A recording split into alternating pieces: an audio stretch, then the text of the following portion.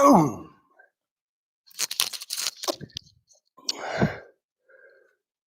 Live. I don't know if I believe that.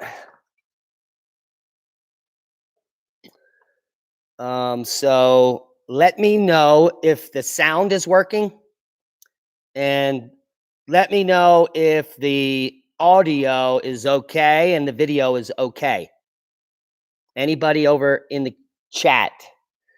I don't seem to see anything in the chat. 5 thumbs up, 9 watching. Can you see me? Can you hear me? I got 1 yup from Guinea Pig Manor. Saucy Wench is here. We've been having issues with our satellite, so I was wondering if I could even pull off this live stream. So it appears as if it is working. How the heck is everybody doing this morning? Okay, many of you may have heard or may not have heard, but the bootleg fire is creating its own weather over in Oregon currently, which is good news because there's no rain in sight, so maybe it'll actually rain on itself. All right, we got Marcia, Scott, JD Dennis, Fix It Stupid, Scott Hudson, Jethro Jr., Matt Gabriel, giving me 20 Canadian on the boom. Hello. Oh.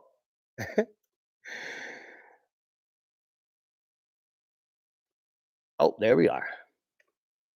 Thanks, Matt. We appreciate the super chat. Thank you, Matt Gabriel, for the super chat. We appreciate that. Saucy Wench in the house.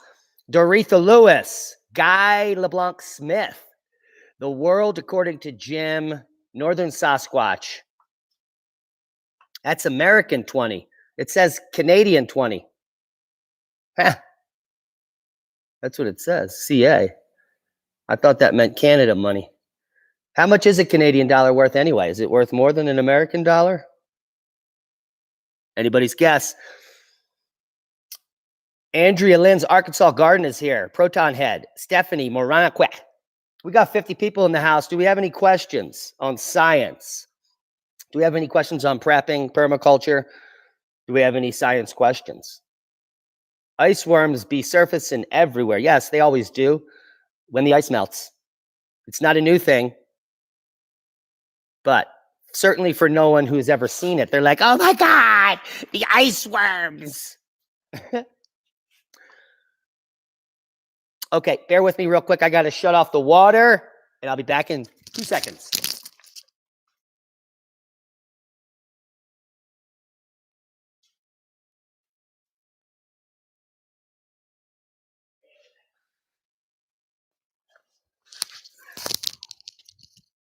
And done. All right, we're back. The tourist was a glazed donut, probably. 70 cents on the dollar. Which is 70 cents? Is the US dollar worth 70 cents or is the Canadian dollar?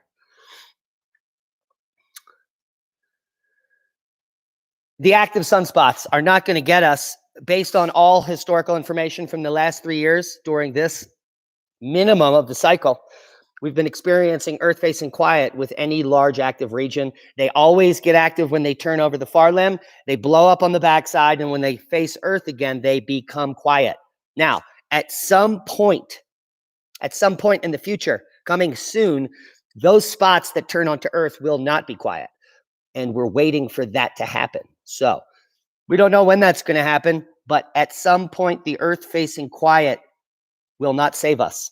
And one of these larger active regions will shoot off a small flare directly towards us. Probably not an X flare initially. We'll get some C flares, maybe an M flare Earth-facing. But even a strong M flare that's directly Earth-facing could cause major problems to our grid and communication satellites and other things. So it doesn't have to be an X flare to damage the infrastructure here on the planet currently, because our magnetosphere is weaker. It is weaker than it's ever been ever before in modern history, and we just don't know. Matt Gabriel, we didn't mean to put you on the spot, Matt, but thank you again for the super chat, and we appreciate it. So let me get over here to the chat and see if I have any questions. 4 nights in a row, red moon, that means you're just in some of the wildfire smoke. It's not biblical. It's not end times. It always happens in the summer. There are up to 100,000 fires in North America every summer. And how many of those do you hear about on the news? Just the big ones that are all going to kill us. It's absolute. The media has become complicit in creating a very stupid humanity, because most people don't have critical thinking skills. So when they read a headline, their brain creates a narrative which is not true. And unfortunately, not a lot of smart people walking around Earth these days. All right, looking for some questions. Laurel Thompson, thank you for the super chat.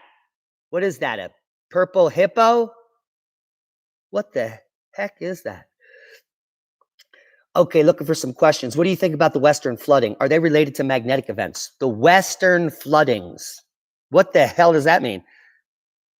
What do you think about the Western floodings? That doesn't mean anything, by the way. Can you give me a location? Do you mean the Western European floodings? Or do you mean flooding out in the West where there's a drought? I don't know what that means. So rephrase the question, and I will tell you that flooding has nothing to do with magnetic events, and it has everything to do with weather. Because in order to get flooding, you need rain. And if you know how rain forms, well, rain comes out of clouds. And if you've been watching the channel, you know that cosmic rays nucleate clouds, and that we are living the cosmic ray maximum currently on Earth, which we should expect similar flooding events to the Maunder and the Dalton minimum. Now, many of you asked me questions about mud floods. The last mud flood event was during the Maunder minimum, when it rained sometimes for months on end. And it changes the topography. It literally buries cities under mud. Flood event after flood event build up, and the cities become buried.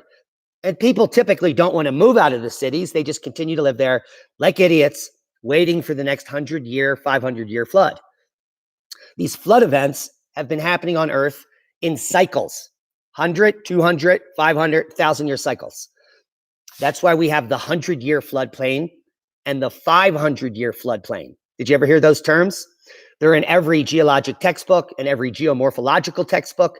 These are areas next to rivers that have historically flooded in major levels. There are mud deposits. There is flat peneplains, which are the mud being deposited up on those floodplains, and they are at 100 and 500-year levels. So major flooding events are not caused by man. They've been happening every 100 and 500 years, and they are caused by weather, which is forced by the sun.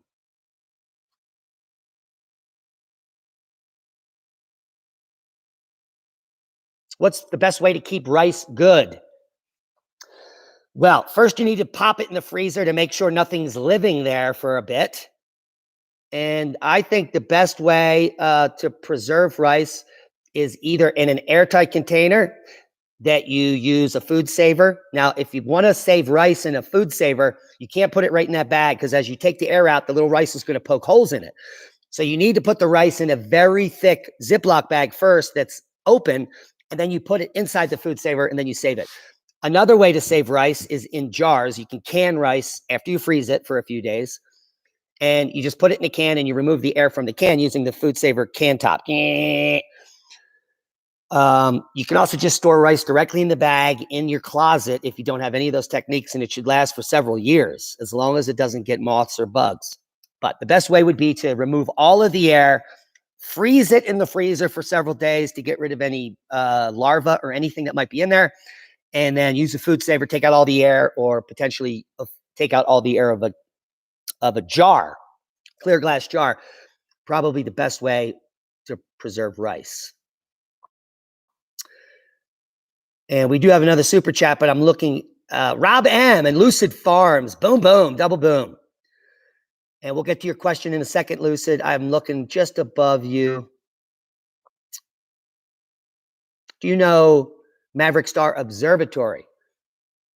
There's a lot of problems. Of course, I know Mav Star Observatory. We started this channel by interviewing him several years ago, supporting his work, and I got him to set up a Patreon page, which now he actually makes money.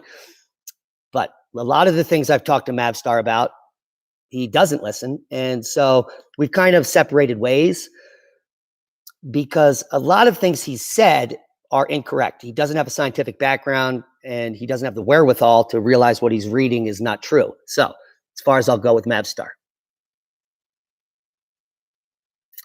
What phenomena is responsible for Earth facing quiet? Planet alignment, cosmic environment. Thanks. Thanks, Top Knot and Barbara. I have no idea. Top Knot's not here, and I don't know who Barbara is, but you're welcome. So, Saucy Wench, no one knows what causes Earth facing quiet, and thank God it exists. It's a phenomenon that through observational science we've witnessed occur, and it started happening last cycle, and it's some of the evidence we're using to posit that we're falling down to the bottom of a grand minimum. Now, each cycle is weaker and weaker until it flatlines, and then at some point it comes back out of the grand minima. It could be 3 cycles, 5 solar cycles, 10 solar cycles long.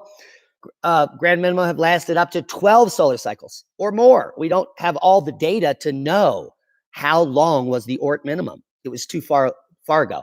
So we do have high resolution on the Dalton and a little bit of higher resolution on the Maunder. But all of the grand minimums we know that have gone all the way back for thousands of years, the duration is 40 to 150 years. So it's 4 solar cycles or more. And the smaller minimas is not the one we're heading into. Nothing like a centennial minimum, which is just a 1 cycle dip.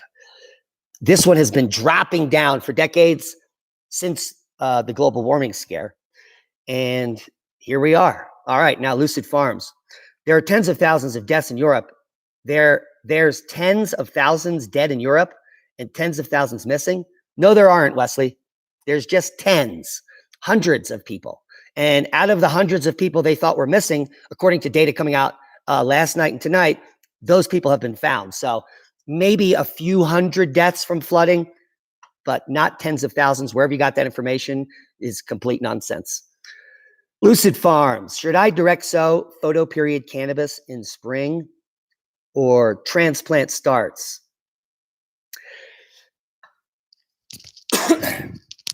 Lucid Farms, I would grow. The problem is when you're using regular seeds, if your photoperiod where you're growing them inside is different than outside, it's going to sex immediately and you're going to get bad results. I recommend everyone growing in their natural ambient light in a greenhouse. So you start in the greenhouse using natural light. You sprout your seeds early in February if you can, and you vegetate it out until you can put it out in April, May, June, wherever you are. Here we can't put out until June. And that way the plants grow all the way up from their sprouts cycle with the photoperiod in your local area. If you're using artificial light and you bring it outside, you're always going to have bad results because the plants are going to be confused. So if you're growing cannabis, it's critical to be growing the seeds in the actual photoperiod of your region. And if you're, that's just for beginners.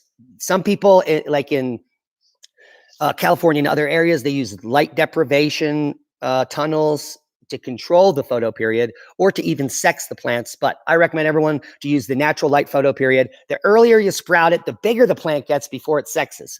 You start in February, you can get 10-foot plants that then sex and then each have a pound of cannabis on them. So that's pretty fantastic.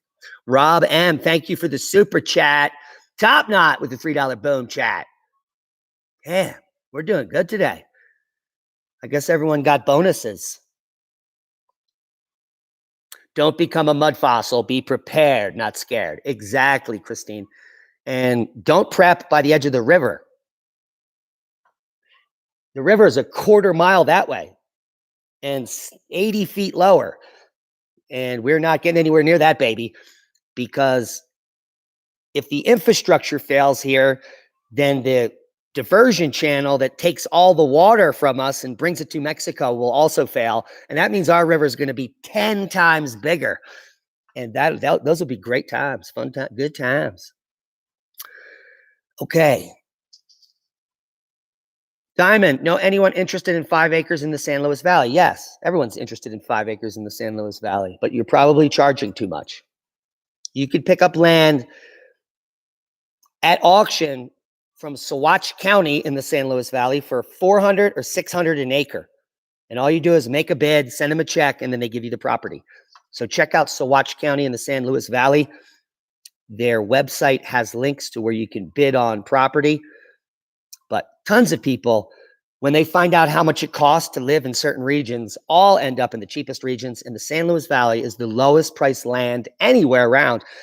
And it's not near a state penitentiary, which is good news. They also have an amazing aquifer, tons of antelope. It's just a great place. And the sand dunes. Holy macaroni.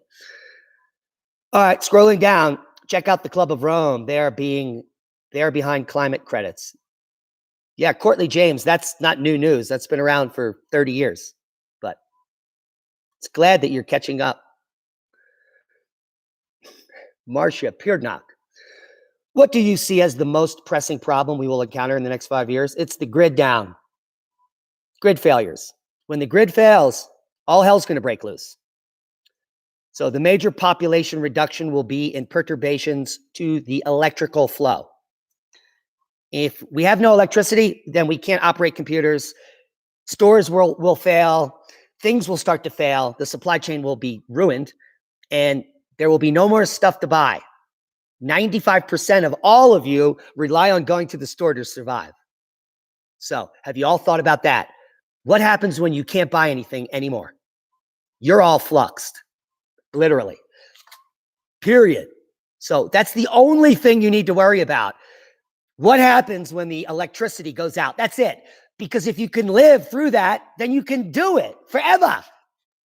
There's nothing else to worry about but no electricity, no communication, no Facebook, no YouTube, no stores, nothing, just you. Imagine. Are you ready? Because I am. If we turn the electric off here, I go outside and I have thousands of pounds of food to eat. Eggs, chickens, pork, hundreds of different types of vegetables, medicinal plants and herbs. I'll walk to the river and catch some trout. I'll throw some corn outside, and at dusk, I'll shoot an elk in my front yard because the game warden won't matter then. Nothing will matter except your survival. Now, will you survive and thrive, or will you barely get by and shrivel away and die? Those are your two options. Survive and thrive, shrivel away and die. Are you prepared to survive and thrive? Have you been working for 10 years, getting yourself up to speed on wild crafting, wild harvesting, wild edibles, growing food, improving your soils, preparing for the inevitable? That's what I'd be worried about. What do you make of the seismic activity at Yellowstone? Well, if you watched our podcast last night, you'll know. So I suggest you watch the podcast from last night over at Oppenheimer Ranch Project. And I, like every other seismic geologist working in Yellowstone or any of the high seismic zones, are realists. And we know that there is no evidence that Yellowstone could or would erupt anytime for thousands of years. None of the conditions are present for a magmatic eruption. There is a potential for a hydrothermal eruption at Yellowstone, but those happen every day. And we call it Old Faithful. The only difference in a larger hydrothermal event is a bigger geyser. So Yellowstone is not going to erupt no matter how many Mary Greeley podcasts she puts out.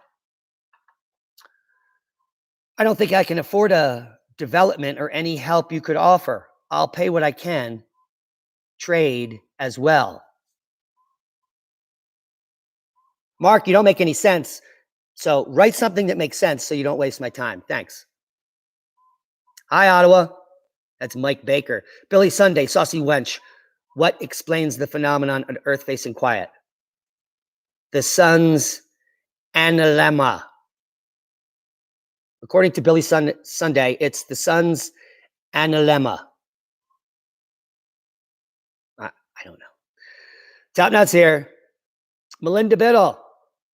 He confirms that Top Knot's here. Mike Baker in Brockville is here. What up with those 5 galactic waves that were supposed to hit us? 5 galactic waves. There is no such thing. And Mark, you're lost. There are no 5 galactic waves supposed to hit us, and you're lost. It's not even a real story, or doesn't make any sense and means nothing.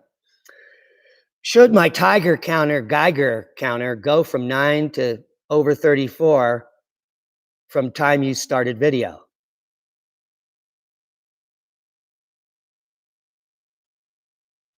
Fix it, stupid. Please fix yourself, because you don't make any sense either. I think you have brain damage. Experiencing the drought? Question mark. Sarah, is that a question? The moon is in our atmosphere. No, it isn't. But thanks for your comment, Courtly. So many earthquake swarms. Yellowstone Lake. How normal is that? Completely normal. Go look at any review of the park. They come out monthly by friends of mine at the USGS that monitor. That's all they do. They stare and they monitor everything for decades. So they have all the data sets, and there is nothing abnormal happening in Yellowstone. Zero. Ben over at Suspicious Observers was talking about the solar kill shot.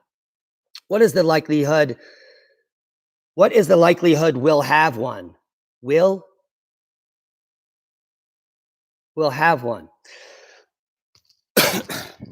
Now, the solar kill shot doesn't mean you die. It means society dies. And I just said that the grid down is what you have to be prepared for. In my opinion, there is a 100% chance in the next 3 years that the grid is going to be affected by a solar flare. If it's big enough, that means in 3 years, the solar kill shot will have occurred.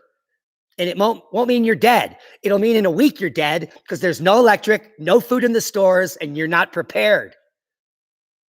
It doesn't mean that when the flare hits, you're going to go, ow, and explode or liquefy. It means there will be no power. And if it's winter, you'll freeze to death. I mean, please, critical thinking is very important, because you put the word kill in something, everyone thinks the Earth's going to blow up and everybody's going to die. Total nonsense. The solar kill shot means the society ends, and with that, huge losses. 80% of the population die within a few weeks. They starve to death. They get dysentery. They poop themselves to death. In major cities, everyone suffers from disease and pestilence and famine. It's disgusting. And that's what will happen when the grid goes down indefinitely. There's a 100% chance this cycle that there are perturbations to the grid, not a 100% chance of a kill shot. That could be next cycle, but it's definitely coming in the next.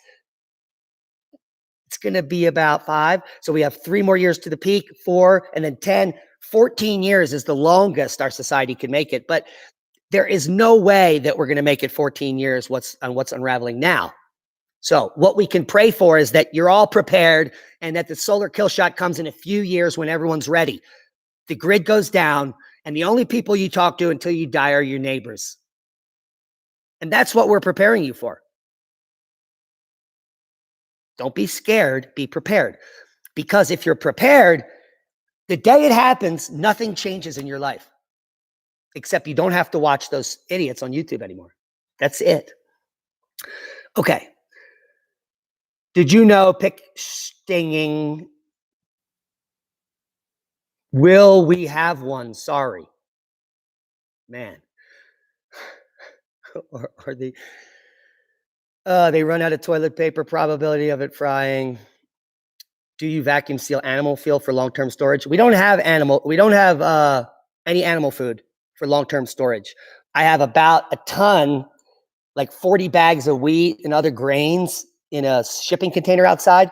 But as long as you have the bags of grain inside containers where varmints can't get to them, you don't need to vacuum seal animal food, which can then in turn be used for human food if we need it, because you could just take the rice berries and grind it down and make bread. And having 2,000 pounds of rice berries, which are pennies on the dollar, that costs just a few $100 here. I mean, literally, you could feed the entire town for a year. Think about it. So storing grain is, if you have the wherewithal and the space, is a no-brainer. Okay, let me see where I was. Will it be worse than a nuclear holocaust? No. No, it's not anything. The power just shuts out. Go into your breaker and shut the power off. Same thing. That's it. Now, if it's a major X flare, a big one, oh, the earth is going to light on fire. And not because the solar flare lights the forest on fire, because buildings are going to light on fire and everything's going to burn. Wires, electrical wires, the grid is going to explode. We're going to have transformers blowing up on every road, lighting the grass on fire. So there'll be huge amounts of fire if there's a massive Carrington type event, because we live in an electrical grid. So anywhere near the grid, anywhere near a power line will light up like a firecracker. So that's the biggest worry. If you're in a major city, you'll probably burn to death. And if you're in a rural area with almost no infrastructure, very few fires, I should say. So worry about the fires if it's a major X flare. If it's just a low X6 that's going to take out the grid, probably no fires. Maybe some limited weird stuff going on, things blowing up, transformers exploding, some minor fires, but not the whole earth lighting on fire. That would be a big X flare. Carrington or larger. And so that's the only worry with the flare as far as Earth, the entire planet lighting on fire, which could be a bad day. You think that the smoke is bad in Michigan today. What breed of chicken? Oh, where did that go? Damn, I missed your breed of chicken. I like that question too. What breed of chicken is your best egg layers? Excuse me. The best egg layers are the breed of chicken that are designed to live in your region. We have heavy birds that can withstand 20 below here and have almost no combs. So you can only choose the birds that will live in your area. And so first start there. Look at all the breeds that will survive in the area you live. If you live in South Texas, you don't want the birds we have. They'll all die of heat stroke down there. You need lighter birds down in Texas with less feathers and less protection, bigger combs. And so in those cases, you're going to pick the best layers down there. And so in warm climates, there are birds that lay eggs every day. In cold climates, there's birds that lay every day. So do your research, buy a book on breeds and sit down and read about all the breeds before you make your decisions. You're also going to need roosters because there's going to be no hatcheries in the future. So you're going to need to know how to make your own chickens. It's not a difficult thing. You don't have to do anything. You can let your chickens do it, but you have to have breeds of birds that are broody, that are capable of sitting on eggs for an entire month and hatching chickens. If you don't have broody birds, then you have to have an incubator. And if you have an incubator, then you're going to need electric. So choose wisely. All our birds are broody, meaning they'll sit on eggs. And all our birds are prolific layers and also meat birds. So we can eat the birds. They lay a bunch of eggs, and they'll also sit on eggs. So I recommend you find broody birds that are designed to live in your environment and choose wisely.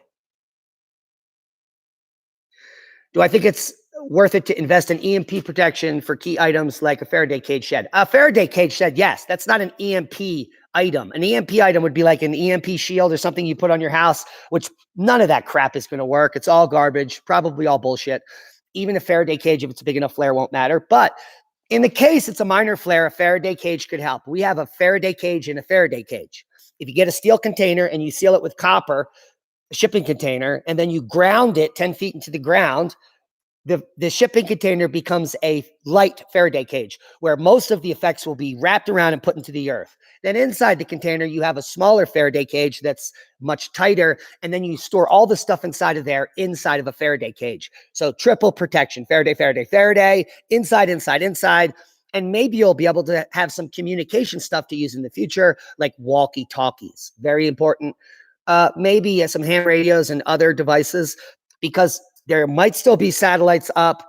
There might still be ways to power and communicate. There will be backup power by the elites, backup power by the governments that will turn back on, and they will be communicating. And if you have the way to listen in, Well, you're going to get some good information. So I suggest everyone to get a portable ham radio, learn how to use it, learn how to search the airwaves with multiple types of radios. Buy the ones you would want in an event afterwards in 2 packages. So you're going to get 2 of these radios and 2 of these radios. You're going to be using this one on real time. The other ones are stored in your Faraday cage. So you're very familiar with the technology. And in the event that something happens and those get fried, then you go into your Faraday cage and get the new stuff. Now, in the event of a major solar storm, you do not want to go into your Faraday cage for weeks or months until afterwards, because these major solar storms may last for days or weeks, and there's no way to know if it's a series of events. So can you imagine you only wait a few days and open your Faraday cage and everything in there gets fried? Well, aren't you a dummy?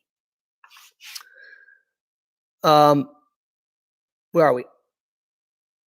I have an FE alternator and small motor in my storage saving for a water wheel when I move and for maybe a wind turbine. My question is, will a CME fry them if not in a cage, just laying around?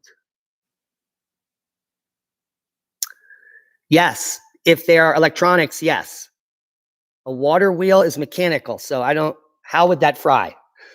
You should be looking into mechanical ways of surviving and thriving in the future. My friend Dennis in Texas, it has a windmill which comes down with a shaft. It's just run on wind, and you can hook up a grinder. You can hook up a milling stone. You could pump water out of the ground, all from a windmill. There's no electric. You could generate electric from it after the fact, but you want all mechanical systems that don't fry, that have no electronics, to survive and thrive in the future. So you're guaranteed that they work forever. If you're that lazy and you need electronic shit, then you have a problem, because prior to 150 years ago, we didn't have any electrical things and everyone was fine for thousands of years. Thousands. Maybe back in Egypt, they had a light bulb to scare the people with, the Dendara tube, but they certainly weren't lighting up whole cities and wasting electricity for no purpose except to make you fat and lazy.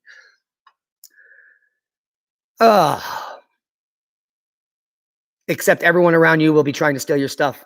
No, they won't. Not if you live where I do. Yeah. If you live in a suburb or a major city, everyone's an idiot, and they're all going to come for your stuff, but they're all going to get shot real quick. Trust me. The majority of people that are trying to get stuff will all be shot in the first week. And people will pick it, they'll realize real quickly, hey, everyone's getting shot. Maybe I shouldn't try to steal people's stuff. Boom. So think it through. I hope your shipping containers are too hot inside. We don't have seeds in our shipping containers. No one said we have seeds in our shipping containers. So, Courtney James, you're the dumbest person today in this chat, by the way. You're not going to make it, buddy. JD, I'm in BC. Where are you? No more boot goofing. Hello from the penniless dreamer. Speculations. Do you think the COVID response is related to government knowing about the grand solar minimum? Daniel, stop reading your news sources, please. The fact that you have to ask that is even stupid. It has nothing to do with it. Zero. Everything to do with control. Everything. In 5 years, they're going to know every movement of every human on Earth, every calorie in, every calorie out, every disease, everything about everyone in 5 years. So pray for an end quickly, or it's going to be quite dystopian real quick. Diamond, should we disconnect the main power? Of course, disconnect everything if there's a big flare. Cut the wire. It's your best chance of your house not lighting on fire. Do not be connected to the grid in any way. And don't think that an EMF switch is going to help you. Cut it and run. And don't stay in your house. Go to your underground facility for the week. Check at night if it's safe. Look to see if the sky is glowing. If the sky is glowing, probably not a good idea to come outside yet. When the sky stops glowing and Squatter Man disappears, then you can come out and check it out.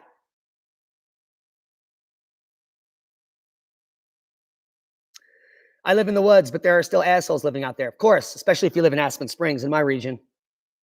But those are the people that all die quickly. If they start stealing shit, remember how many guns there are in North America. Just remember that. I'm just telling my son common sense is hard to find these days. Yes, Jason, totally agree. You said you had weed in your containers, or is it already ground? No, I didn't.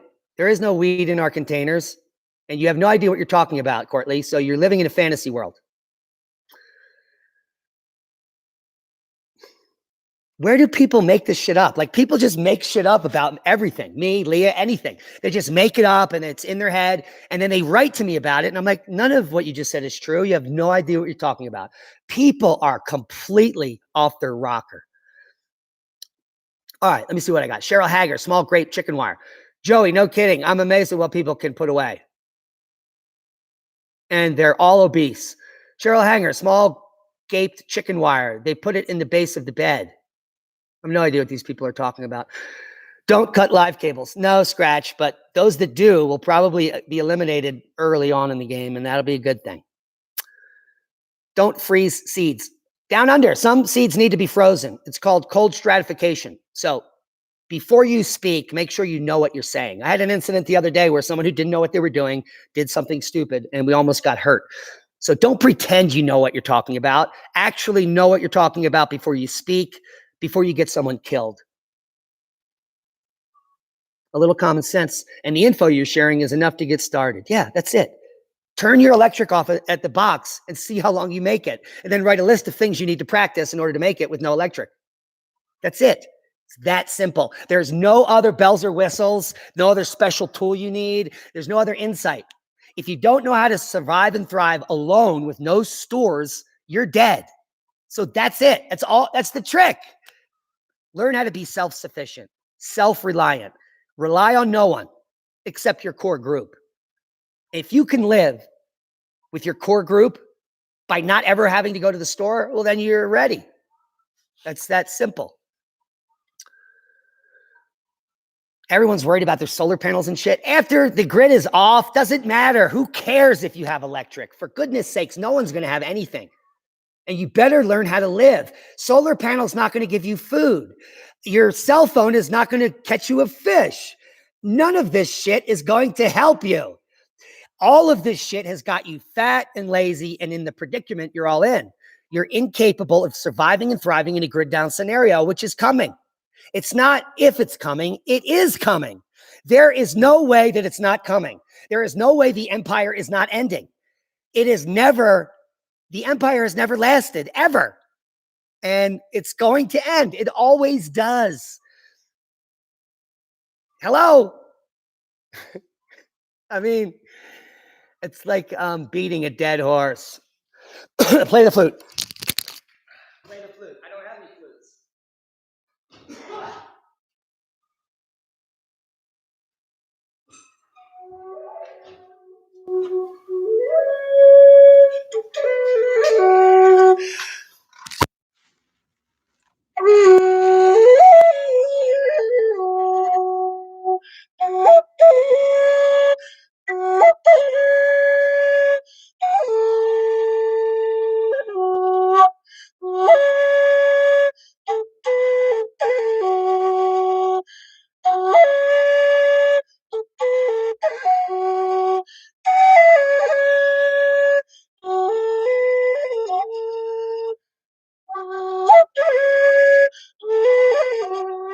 Can you hear it?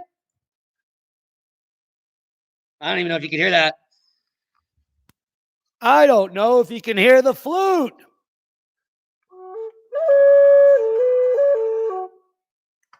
So we'll try to put together a flute video for you all. All right, let's get a couple more questions. How long we've been going? We've been going for quite a while here. Find yourself a handyman. Yes, that's what you need.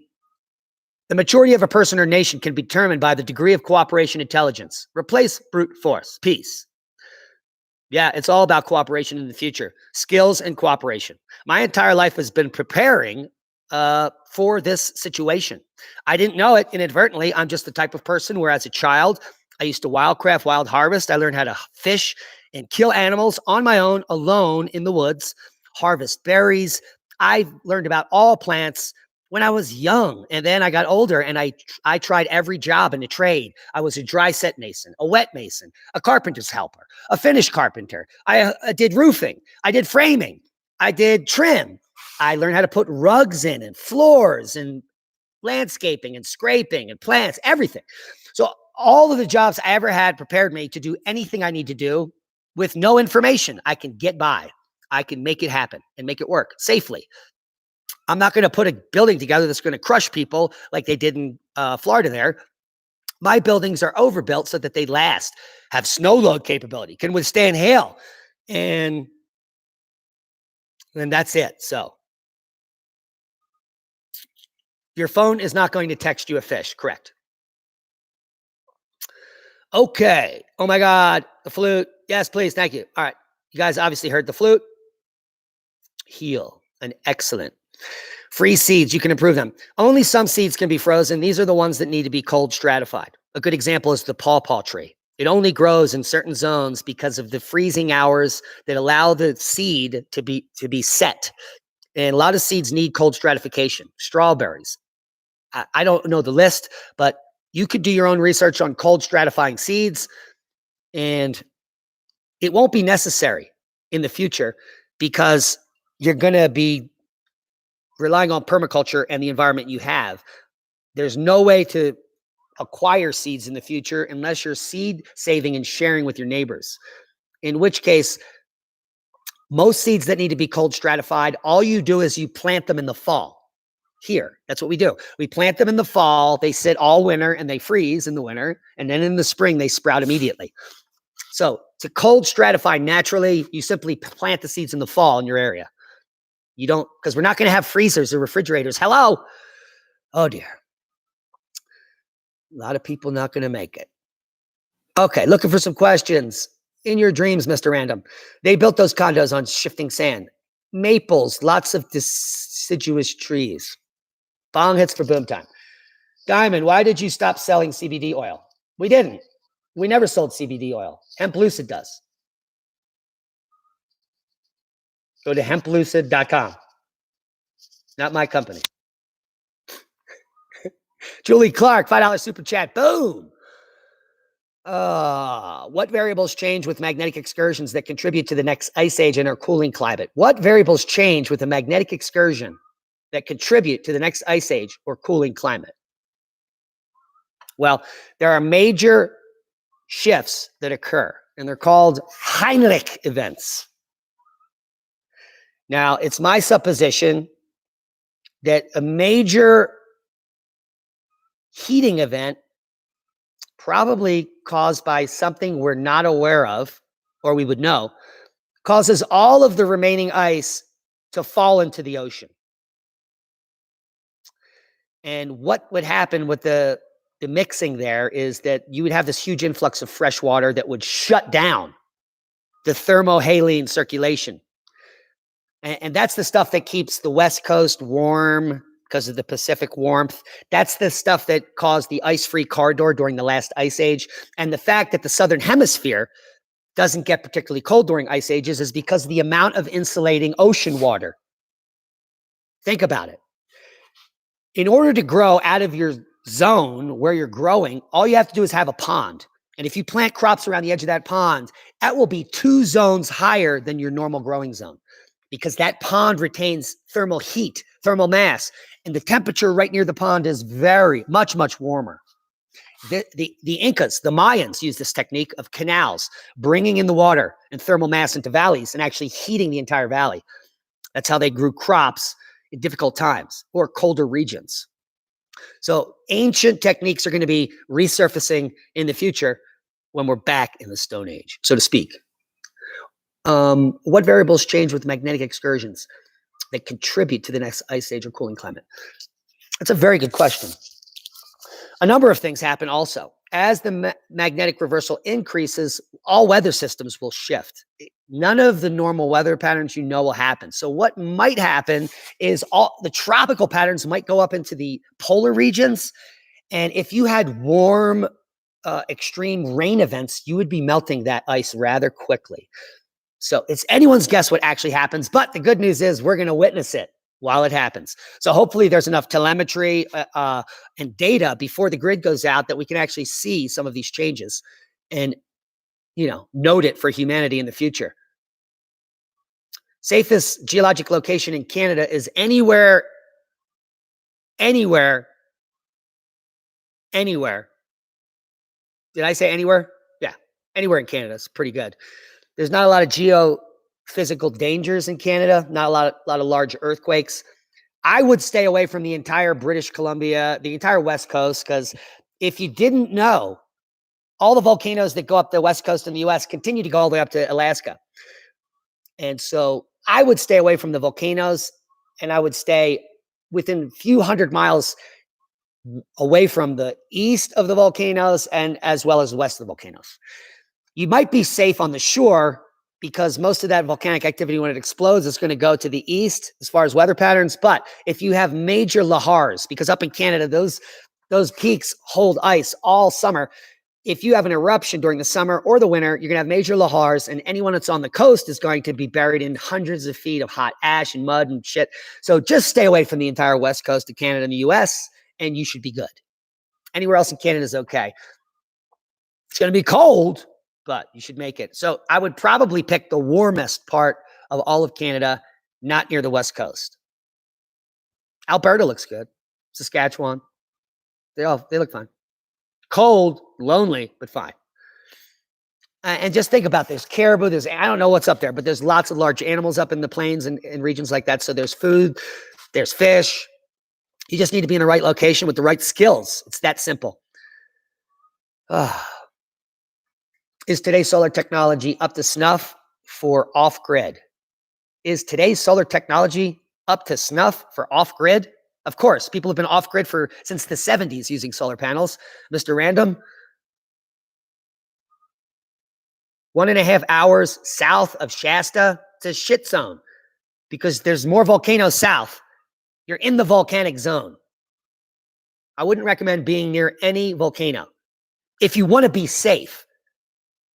That's it. I mean, it's that simple. If you have the ability, why would you live near a volcano?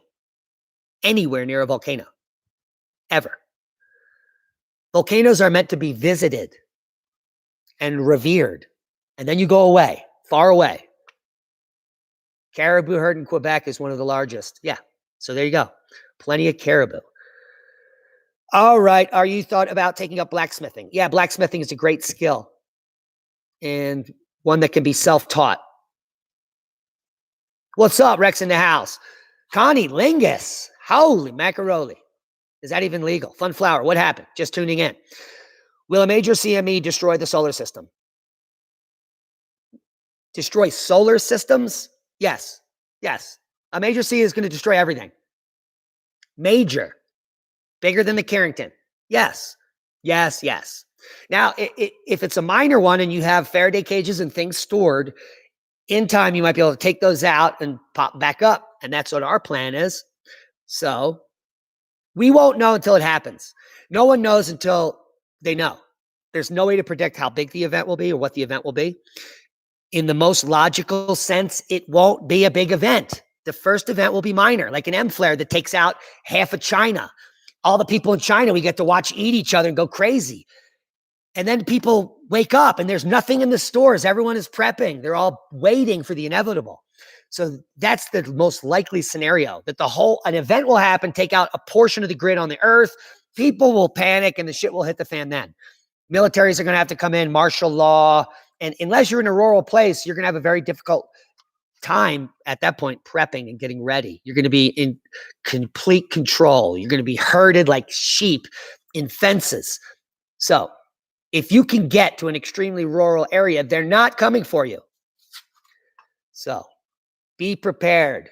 The antigens that they use in these vaccines are very harmful, like mercury and aluminum. And so why are you even talking about that? Do not put anything like that in your body. The pharmaceutical industry is not here to make you healthy. Duh. Melinda Biddle with a super chat boom. We love you, Melinda. That was awesome and generous, and we appreciate it. Okay. Oh, toilet paper. Let me see what we got. We love you, Melinda. What? Oh, we have an account problem. Would like to know your opinion about Europe locations during grand solar minimum because there was once a big glacier. Yeah, stay away from the mountains. These are only intermontane glaciers that formed. And the same thing is going to happen here in the Rocky Mountains, all the way south here in Pagosa. But if you're just 14 miles down the river from that glacier, you're going to have some of the best water on the planet. So choose wisely. You can use historical information to find out the extent of those glaciers and don't build there. It's not a hard task. Not a very hard task. So, James Gunn, way to go, Melinda. We need to make my breakfast. Okay, make your breakfast, Michael. Why do they say the new Comet is 2031 is electric? Why do they say? I said that. Who? I was the only one that said that. But it's because it has a coma. When you have an object moving through space and has a glowing aurora around it, it's being electrified, ionized. The electrical potential of the object is different than the surrounding area, so it's creating an aura. Whoa, it's electric. And that means maybe as it gets closer to our solar system, it becomes more electrified and the tail grows to 1 billion miles. We'll know when we know. We have 10 years to wait for that baby. Graphene oxide. Again, total nonsense. Graphene oxide. I mean, where do people get this shit? Like microchips in the jab. It's like, what are we in the Twilight Zone?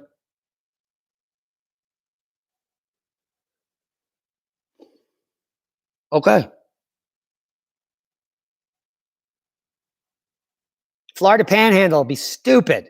Tsunami risk is epic. Anyone who's going to prep on the Gulf Coast, the East Coast, or the West Coast is an idiot.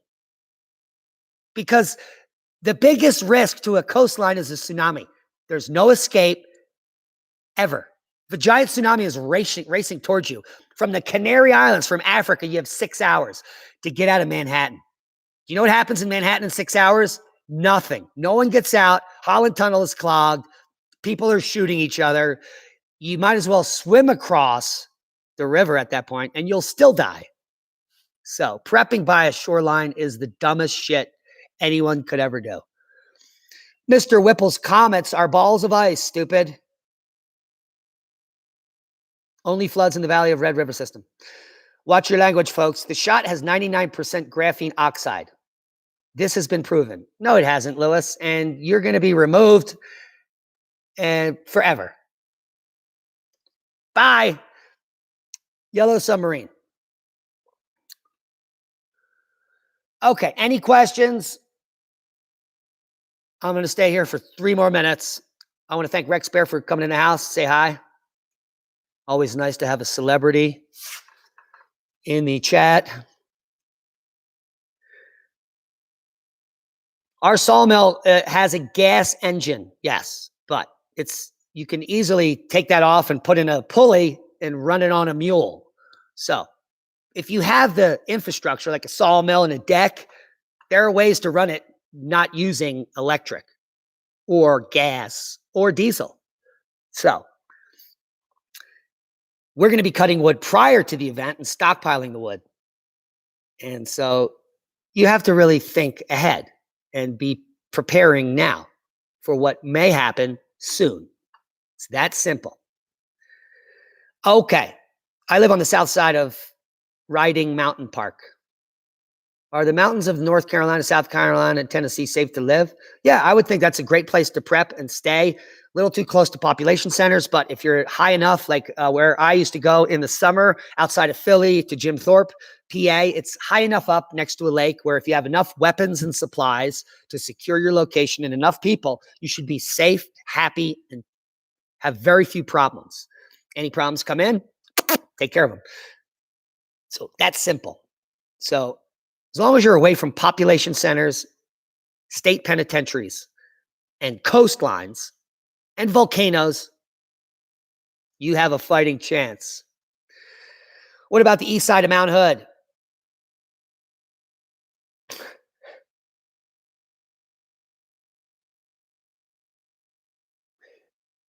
I want you to research, whoever asked about the east side of Mount Hood, please find out what a lahar is. Check out all the lahars on Mount Hood. Find out what Noy Ardent is. And when the 900 mile an hour, this 900 mile an hour, 2,000 degree wind hits you and the flesh comes off your bone instantly, you'll know it's a very bad place to live. Underground facilities. Yeah. If you want an underground facility that's cheap, you buy a culvert pipe.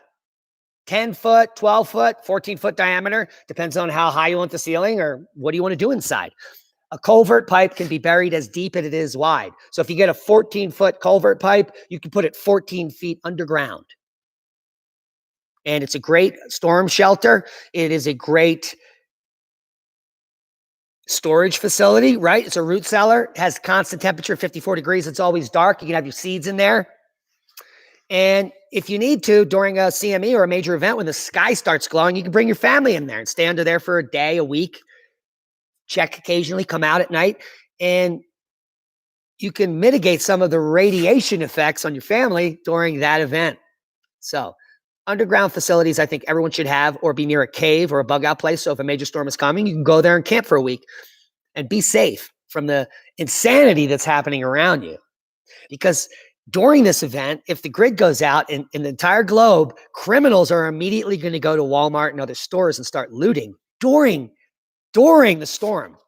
And who knows if their teeth will fall out or what will happen to them, but the danger will be immediate. The criminal element happens immediate. Once people figure it out, boom, danger.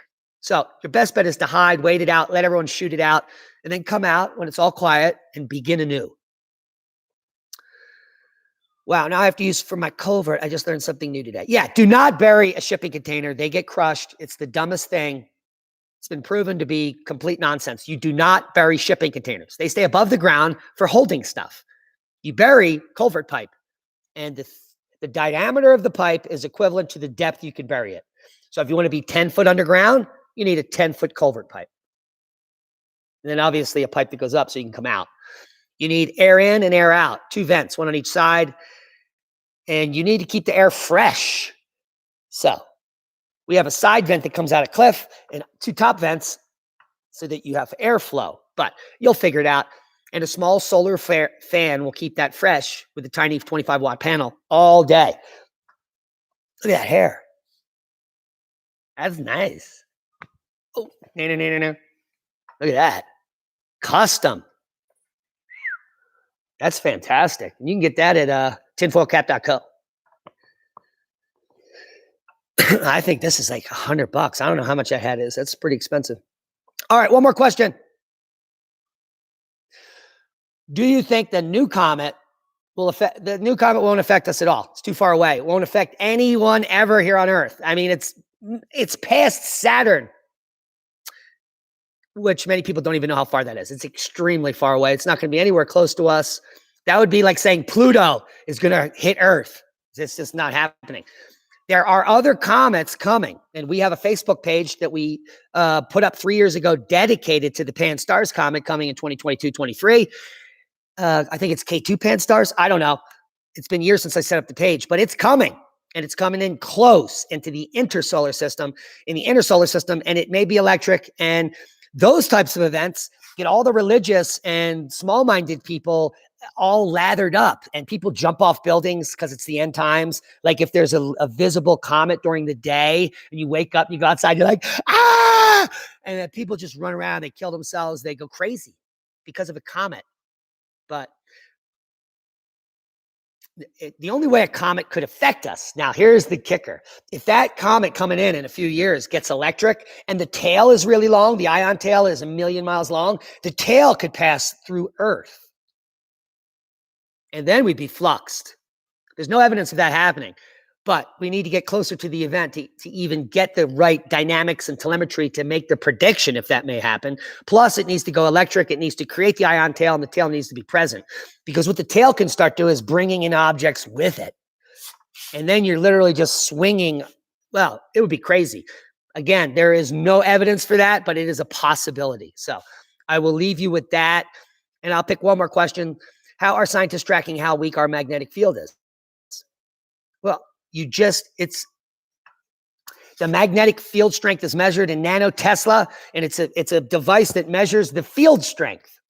So we can tell if it's positive or negative polarity and the strength in nanoteslas. And you could buy a device yourself for about $20 on Amazon that you simply go out and stick into the soil, and it tells you the magnetic field in your region in nanotesla.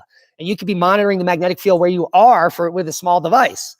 And if the field starts dropping rapidly or rising rapidly, you know the flip is happening. Similar to what Mavstar is trying to do with his small magnetometers.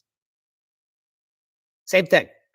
And in his case, he's buying the chips, which cost pennies, and soldering them together and sending them out to people that are getting these data sets. So the field intensity is measured with devices that measure magnetic intensity in nanotesla. Where does chocolate milk come from? Brown cows? All right. On that, it's been a pleasure talking to y'all. Thanks for all coming. 350 in the house, 220 thumbs up. Hit that thumbs up on the way up. Share this with like-minded people. MB with the last super chat boom of the day, which gets me one more question. I'll do one more question. Thanks to MB.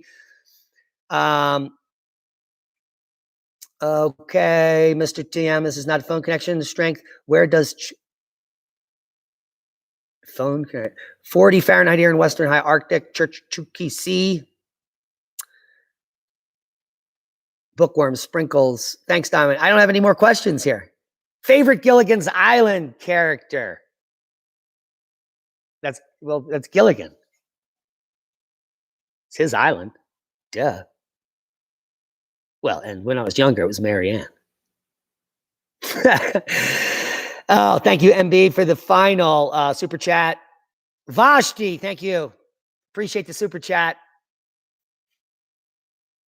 The galactic wave is real. Now, look, I've been studying the phenomenon of this catastrophe since 1989.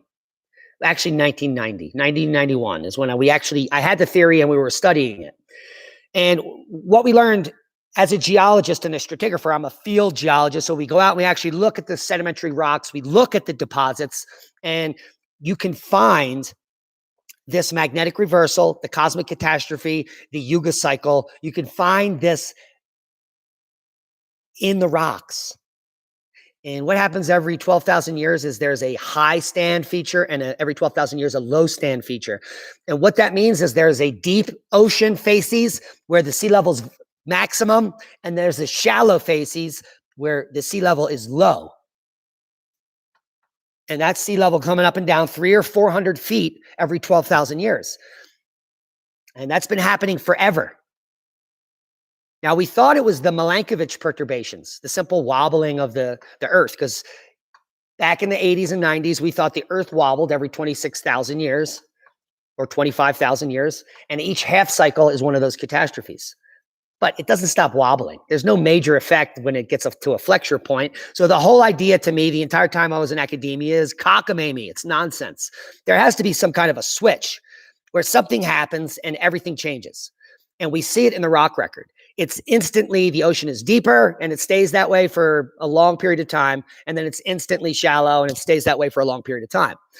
So the galactic wave affecting our sun and the output of energy on the sun instantly, like a switch, is what does it. And a cascading effect of weather on Earth changes the climate for a long period of time.